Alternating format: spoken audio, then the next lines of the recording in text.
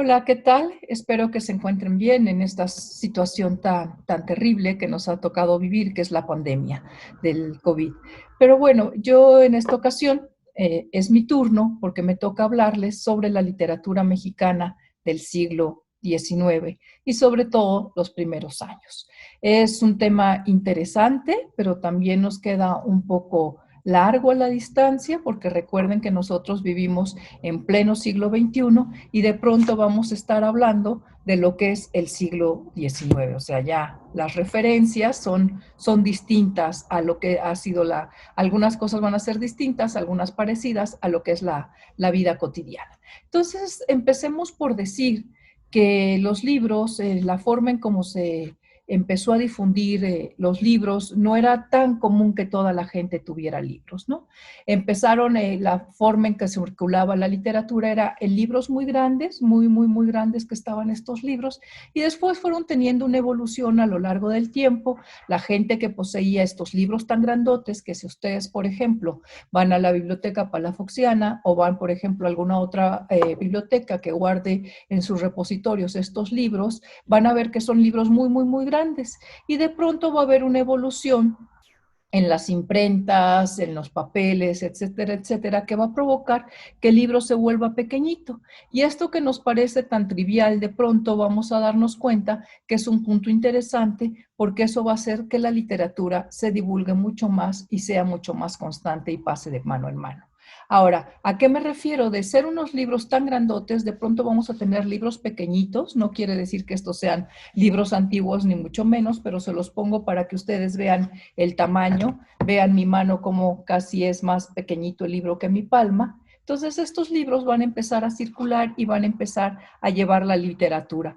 Pero estos libros en estos años de los que yo les vengo hablando no va a ser la literatura como nosotros la conocemos, sino que van a ser un tipo de literatura de carácter más religioso, van a ser devocionarios, van a ser catecismos, van a ser pequeñas vidas de santos, o sea, no van a ser estas novelas que ahora nosotros conocemos o grandes poemarios. Yo no digo que no haya estos poemarios, pero sobre todo es una literatura de carácter religioso. Pero ya acercándonos mucho más a finales del siglo XVIII, principios del XIX, va a haber un cambio. Y entonces la literatura se va a difundir y va a ser otro tipo de literatura. Ahora, la literatura no se va a difundir solo por medio de estos libros que yo les comentaba, sino que también vamos a tener la divulgación por medio de hojas volantes, de pequeñas hojitas que van a estar circulando, pequeños folletos. Y lo interesante de este asunto es que esas hojas volantes de las que yo les hablo, aparte de pasarse de mano en mano, de venderse, se pegaban fuera de los lugares públicos. En este caso podrían ser iglesias, podían ser mercados, podían ser afuera de un edificio, etcétera, etcétera. Entonces, estas hojas tenían una función que era tanto proveer a los lectores, a la gente que andaba en la calle y que sabía leer, que leyeran poemas, que podrían ser versos dedicados a la Virgen de Guadalupe o a la Virgen María, pero también información en cuanto a noticias. Como ven, era un nivel muy restringido, porque ahora nosotros tenemos un periódico, vamos a comprarlo y podemos tener infinidad de información, o el mismo Internet, ¿no? Nos sirve para bajar información, ver periódicos en línea, etcétera, etcétera. Pero así no era en esos tiempos. Ahora, van a surgir en esta época, yo ya les hablé de cómo cambian los tamaños de los libros, cómo las hojas volantes se pegan en las paredes, cómo ciertos folletitos y la gente se va apropiando de ese tipo de literatura. Pero de pronto van a surgir van a circular un par de impresos, un par de periódicos que van a ser muy importantes en este periodo del que yo les hablo. El primer periódico es la Gaceta de México, que es un periódico de carácter gubernamental. Esto quiere decir que quien lo domina es el gobierno de la Nueva España. En este caso, los reyes de España son los que hacen y difunden qué es lo que quieren que se publique en esos periódicos, en este caso la Gaceta de México. Y luego va a surgir en 1805 un periódico que va a ser muy importante y que va a venir a ser el parteaguas dentro de la cultura literaria de nuestro país. ¿Por qué va a ser un parteaguas en la cultura literaria de nuestro país el Diario de México, que aparece en 1805, el 1 de octubre? Bueno, porque va a ser el primer impreso el primer periódico que va a publicar literatura de manera sistemática. No quiere decir que no se publicara literatura, claro que se publicaba, pero este diario, este gran periódico que va a aparecer los 365 días del año, va a publicar, siempre va a aparecer con un texto literario. Puede ser un poema, puede ser una fábula, puede ser un pequeño sueño, en fin, puede ser cualquier cosa, un pequeñito relato, pero siempre va a estar en la primera plana de este periódico. Ahora, yo quiero decirles que es muy importante que entendamos, comprender, compartir con ustedes que el periodismo no es como lo que conocemos ahora. El periódico, más que nada, en este caso particular que yo les hablo del Diario de México, el Diario de México tenía que ver con un tipo de periodismo que se parece mucho más a una revista. No es como ahora que leemos que Biden ganó las elecciones en Estados Unidos, o no es que el COVID y hay tantos muertos y que surgió en China, o que si está mal Europa, etcétera, etcétera. Esa noticia que hay novedad, no. Estos periódicos, y en particular al que me estoy refiriendo, que es el Diario de México, va a tener un carácter mucho de más largo aliento, de más largo alcance. ¿A qué me refiero? Que las noticias, entre comillas, no van a envejecer. ¿Por qué? Porque lo que se van a publicar es información muy, muy concreta, que es casi, casi de una revista literaria, algunos consejos para producir pulque, por ejemplo, los avances de la ciencia o algún poema. Se va a publicar en estas páginas. Entonces, entender que cuando yo estoy hablando de prensa y de periódicos de la época, no estoy hablando del tipo de periódicos o de cotidianos que estamos acostumbrados. Eso por un lado. Por otro lado, hay que decir que el Diario de México también es importante, a diferencia de la Gaceta de México, como yo les decía, que tenía que ver con el orden gubernamental, van a ser independiente de la corona. Es decir, que tres hombres, que son tres criollos, Carlos María de Bustamante, Jacobo de Villaurrutia y Wenceslao Sánchez de la Barquera, son los editores de este importante periódico, y que no van a estar ahí porque detenten un puesto de poder político, sino que van a ser independientes de esos puestos. Dos de ellos, sin embargo, son políticos, que es Carlos María de Bustamante, y otro es Jacobo de Villaurrutia, que había tenido mucha experiencia en cuanto a la elaboración de periódicos, Jacobo de Villaurrutia, y luego Wenceslao Sánchez de la Barquera, que él sí será más propiamente un literato. Entonces, como yo les decía, en las páginas de este periódico se van a publicar viajes, sueños, pequeños relatos, poemas, fábulas, poesías amorosas, cuadros de costumbres, anécdotas. Eso es el tipo de literatura que vamos a encontrar en sus páginas. Pero ojo, una característica que va a ser muy importante de este tipo de literatura es su afán moralizante, su afán pedagógico. ¿Qué quiere decir esto? Que van a tratar toda la literatura que se publique ahí de enseñar, de modificar los malos hábitos de la sociedad. O sea, los poemas siempre van a tener un mensaje, por decirlo así de alguna manera, para mostrarnos y enseñarnos por qué camino ir, ¿no? Hay que portarse bien, por decirlo de alguna manera, y entonces esta literatura, con su afán pedagógico, con su afán moralizante, lo va a mostrar por medio de sus textos. Ahora, ¿de qué manera lo va a hacer? Pues lo va a hacer criticando a una serie, por ejemplo, a los de oficios o de profesiones. ¿Y a qué me refiero con oficios o profesiones? Por ejemplo, en estos poemas que se van a publicar, en estos cuadros de costumbres, en estas anécdotas, en el caso de las profesiones se va a criticar a los arquitectos, por ejemplo, que se roban los sacos de cal y no le ponen el material necesario para construir los edificios. Se va a criticar a los médicos que no saben curar y casi casi les llaman matasanos, y entonces se busca más decir que hay que curarse por medio de la herbolaria, por ejemplo, por medio de hierbas, más que ir con un médico.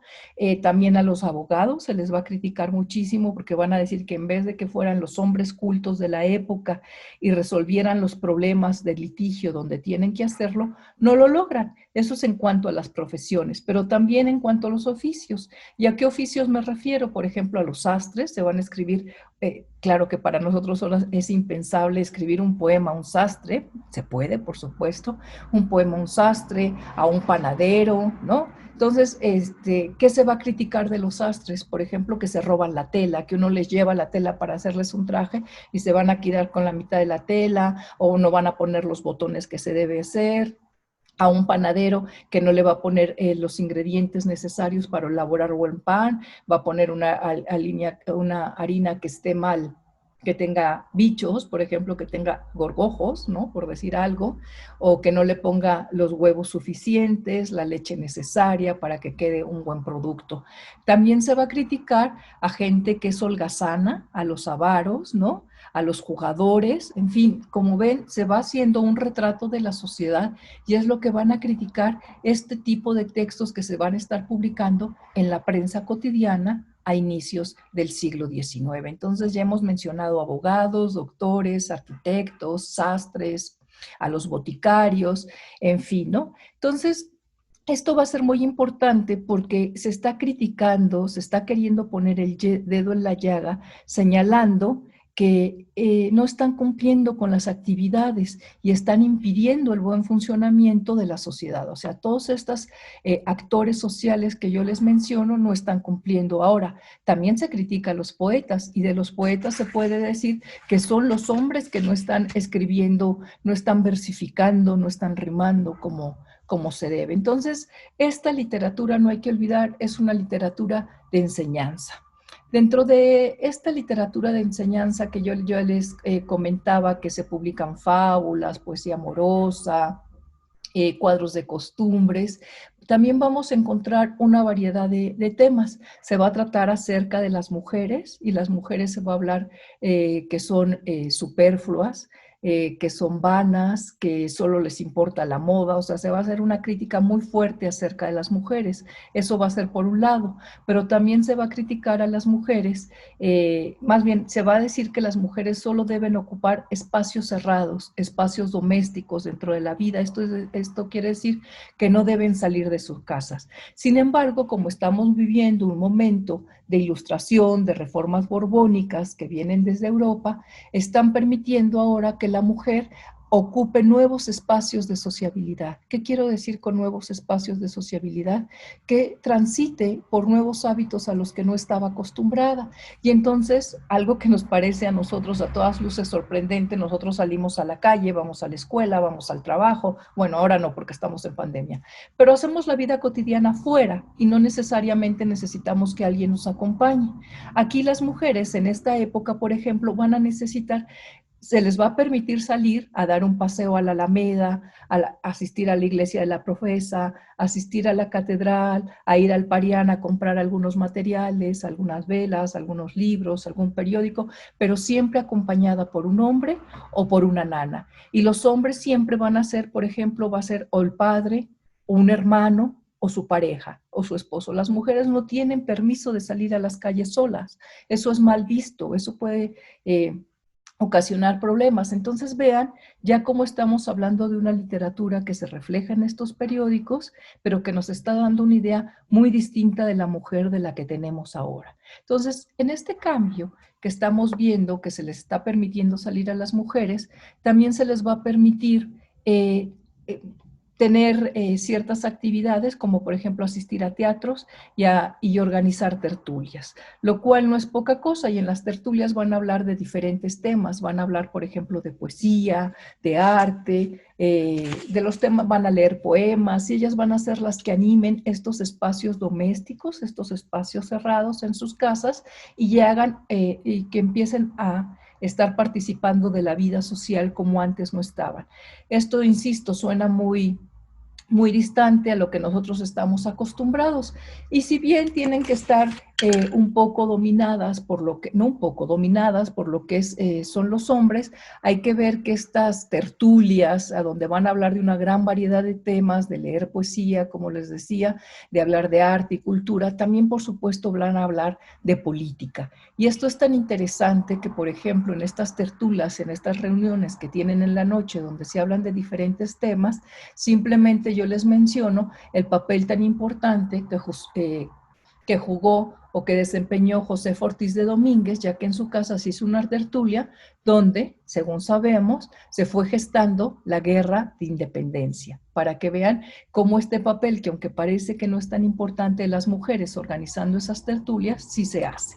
Entonces tenemos un primer momento de esta vida cultural y literaria donde participan las mujeres, pero también vamos a tener un cierto tipo de personajes que causaban, como les digo, siempre se está criticando, así como las mujeres logran hacer cosas buenas en la sociedad, también se les va a criticar porque solo les interesa la moda, tienen malas costumbres, no educan bien a sus hijos. Y en la otra vertiente, que también está la vertiente masculina, no podemos quedarnos solo con una mala imagen y decir de las mujeres, va a estar los hombres. Y hubo un tipo de personajes muy interesante. Así como ustedes seguramente han oído hablar de los emos, han oído hablar de los punks, y si yo les digo que es un punk, ustedes van a saber muy bien identificarlos, que son hombres que traen los pelos parados, ¿no? Se visten con argollas, con cadenas, etcétera, etcétera. Si hablamos de un emo, también sabemos que andan siempre vestidos de blanco, que se pintan ojeras, que están como tristes, que son melancólicos, o sea, son personajes de la vida social, de la ciudad, que nosotros los identificamos por su vestimenta y por su comportamiento. Pues lo mismo va a suceder con una especie de personajes que van a estar en la literatura y que van a estar en la sociedad. Y estos personajes se llaman currutacos. Se pueden llamar currutacos, manojitos, pisaverdes, pirracas o petimetres. Pero vamos a quedarnos en esta ocasión con la palabra currutacos. Y bueno, estos hombres currutacos van a ser totalmente criticados en la época. ¿Por qué van a ser criticados? Bueno, porque dicen que eran bastante superficiales, que eran ociosos, que eran muy habladores, que eran estafadores, o sea, todos los defectos estaban concentrados en su personalidad. Estaban muy preocupados por su apariencia física, por oler bien y no hacían o no provocaban ningún beneficio a la sociedad. Es decir, el ocio era su actividad primordial. ¿A qué me refiero cuando digo que era el ocio? Bueno, pues asistían a tertulias, iban al teatro, pero no porque quisieran ver la obra de teatro, sino que iban al teatro por dejarse ver, porque quería que los vieran, que supieran quiénes eran ellos. Entonces tenemos a estos personajes que van a ser totalmente ironizados, se va a hacer escarnio de ellos y se van a escribir muchos textos. Y se van a escribir muchos textos de ellos porque se dice que imitaban la moda francesa e imitaban la moda francesa cuando España y por consiguiente la Nueva España se encontraban en guerra con Francia. ¿Por qué? Porque Francia, Napoleón Bonaparte, había invadido la península ibérica. Entonces estos hombres eran muy mal vistos porque aparte de todo lo que yo les digo que no tenían oficio ni beneficio, eran superficiales e impedían el buen funcionamiento de la sociedad, estaban imitando algo que era fuera de las costumbres del país y que no eran buen vistas. Imagínense que nosotros que estuviéramos, que ojalá no, con guerra con Estados Unidos, ¿y qué pasaría? Que nosotros de pronto quisiéramos vestirnos como Donald Trump y traer de pronto esos pelos horribles que tiene y estar vistiéndonos como él y con sus trajes y estar obesos y hacer eso un tipo de sociabilidad. Bueno, pues así pasaba con estos currutacos que yo les menciono y que eran mal vistos. Así como hay tipos sociales ahora que hablemos, podemos hablar de los emos, de los punks y seguramente ustedes conocerán algunos otros. Y entonces la literatura lo que hacía era mostrar a estos hombres y cuál era su comportamiento. Entonces ya hablamos de las mujeres, ya hablamos de estos currutacos, también se hablaba de los jugadores, como yo les decía, y era el tipo de literatura que se encontraba en las páginas. Dentro de este tipo de literatura yo ya les hablé de las mujeres y cuando les hablaba de las mujeres hay que decir que yo me refería a la gente de clase alta, ¿no? Porque las mujeres que estaban dentro de la vida cotidiana tenían que ver más que nada con clases altas, de enseñar a sus hijos, de tener estas tertulias. Y las mujeres de las que se llega a hablar, pero se llega a hablar menos en la literatura y en las páginas de estos impresos que están circulando, es de pronto de mujeres que también ocupan un espacio en la sociedad, que pueden ser las costureras, las cocineras, las nanas, y que son un tipo de mujeres que no pertenecen a las clases altas, pero que van a ayudar a la vida laboral, a la vida productiva, y entonces eso va a beneficiar a la sociedad en general, ¿no? Las madres es a las que se les va a dar la educación, son las responsables. También hay que decir que va a haber un cierto grupo de viudas a las que se les va a permitir el trabajo aunque sean mujeres aristócratas o que sean de la alta sociedad. En este caso hay una impresora que es la que imprime, por ejemplo, algunos años el Diario de México y que se llama María Fernández de Jáuregui. Entonces ahí ya no tenemos que las mujeres ya no solo van a trabajar como cocineras, ya no solo van a trabajar como costureras o como nanas, sino que ya van a tener una actividad mucho más intelectual y en este caso va a ser el de ser dueña de una imprenta. Entonces, ahí hemos hablado sobre todo de imágenes, de personajes, y ahora vámonos un poquito a hablar a lo que serían las, eh, la poesía que se publica en el diario. Y entonces vamos a encontrar poesía de carácter amoroso, poesía bucólica, poesía política, poesía religiosa, poesía que hacía crítica literaria, poesía que muestra otra vez un mosaico muy grande de lo que es la sociedad novohispana. Y dentro de esta poesía amorosa vamos a ver que, por ejemplo, se va a hablar a la mujer, pero en un amor siempre que es idílico, que todo pasa, que no pasan problemas, que todo está, se quiere a un hombre, es correspondida a la mujer, etcétera, etcétera. Dentro de esta poesía es muy factible o muy común hablar de la poesía pastoril. La poesía pastoril y bucólica, también llamada, es la que va a ser, se van a escribir vida de pastores, los personajes van a ser pastores, se va a apelar a la tradición grecolatina. ¿A qué me refiero? A los poetas griegos y latinos que van a influir en esta poesía, es decir, va a estar presente Ovidio, va a estar presente Virgilio o por otro lado Horacio, y este tipo de poesía va a hablar de la armonía de los hombres con la naturaleza, ¿sí? Esta naturaleza donde se está disfrutando el amor, se está disfrutando la comida, simplemente el placer de vivir.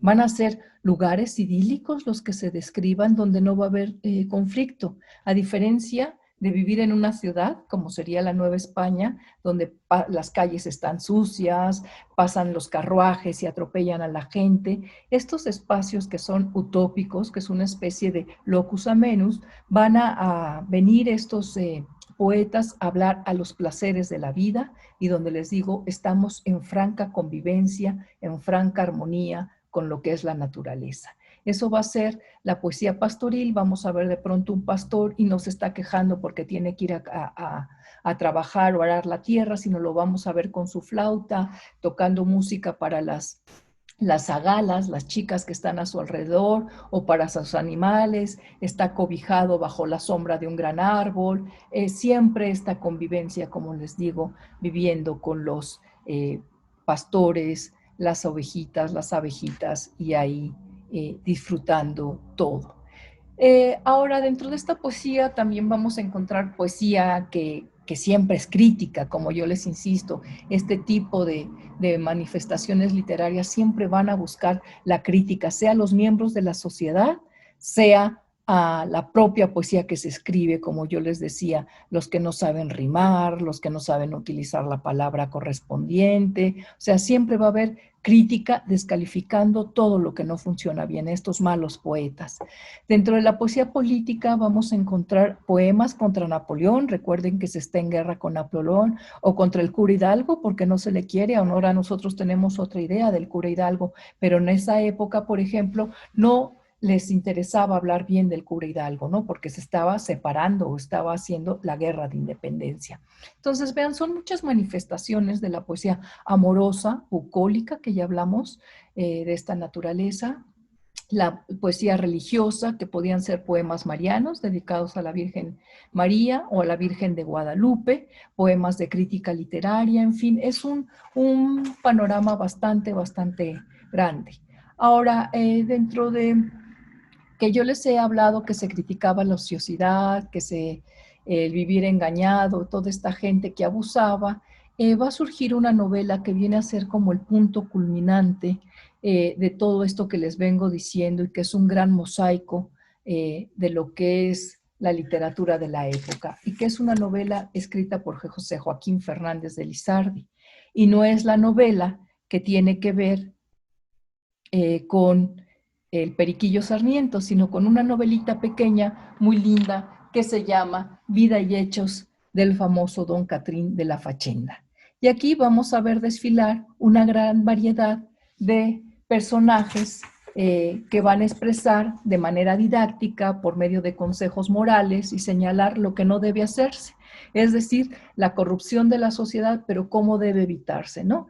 Y este panorama, este mosaico tan grande que nos va a mostrar Fernández de Lizardi, viene a ser el punto culminante de toda esta literatura de la que yo les hablé, de los currutacos, de la corrupción de las costumbres, y entonces va a hacer este retrato de un antes y después de la independencia, nos va a dar un panorama muy general de cómo se comportaban mal estos miembros de la sociedad, cómo se hace escarnio de ellos y cómo es que hay que atacarlos y castigarlos por su mal comportamiento.